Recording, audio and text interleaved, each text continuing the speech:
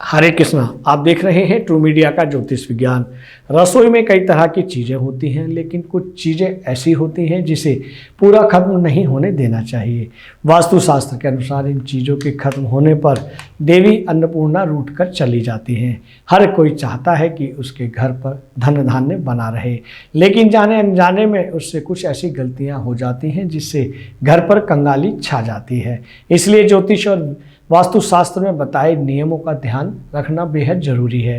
हिंदू धर्म में घर को मंदिर कहा गया है। घर पर अगर खुशहाली है, समृद्धि है, तो यह स्वर्ग से समान है। वहीं रसोई तो घर का सबसे महत्वपूर्ण स्थान होता है, क्योंकि यहाँ देवी अन्नपूर्णा का वास होता है। रसोई घर में कई तरह की चीज़ें रखी होती हैं जिसका प्रयोग दैनिक कार्यों में भोजन पकाने के लिए होता है।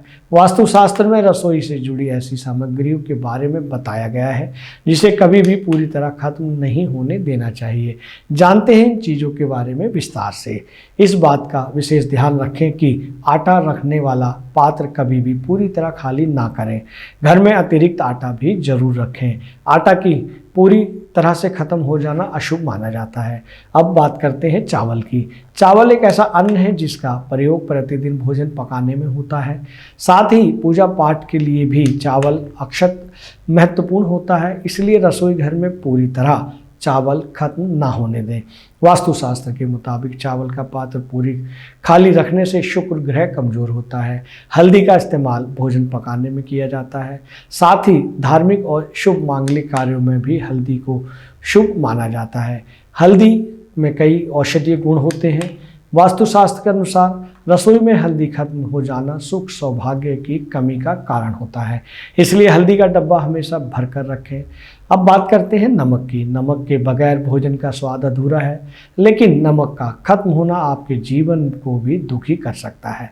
वास्तुशास्त्र के अनुसार नमक का खत्म होना नकारात्मक ऊर्जा को बढ़ावा देता है। दोस्तों, आपने देखा कि कुछ वस्तुओं की कमी कभी नहीं होनी चाहिए, वो भी हमारे घर के अन्नपूर्णा रसोई में। अगर इनकी कमी होती है तो हमारे जीवन पर इनका दुष्प्रभाव पड़ता है। ये जानकारी आपको कैसी लगी, हमें आपके भावपूर्ण कमेंट्स की आवश्यकता है।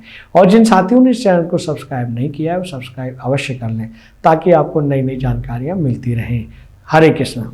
अगर आप ये वीडियो YouTube पर देख रहे हैं तो हमारे चैनल को सब्सक्राइब करें और बेल आइकन को दबाना ना भूलें। अगर आप Facebook पर ये वीडियो देख रहे हैं तो हमारे पेज को लाइक करें।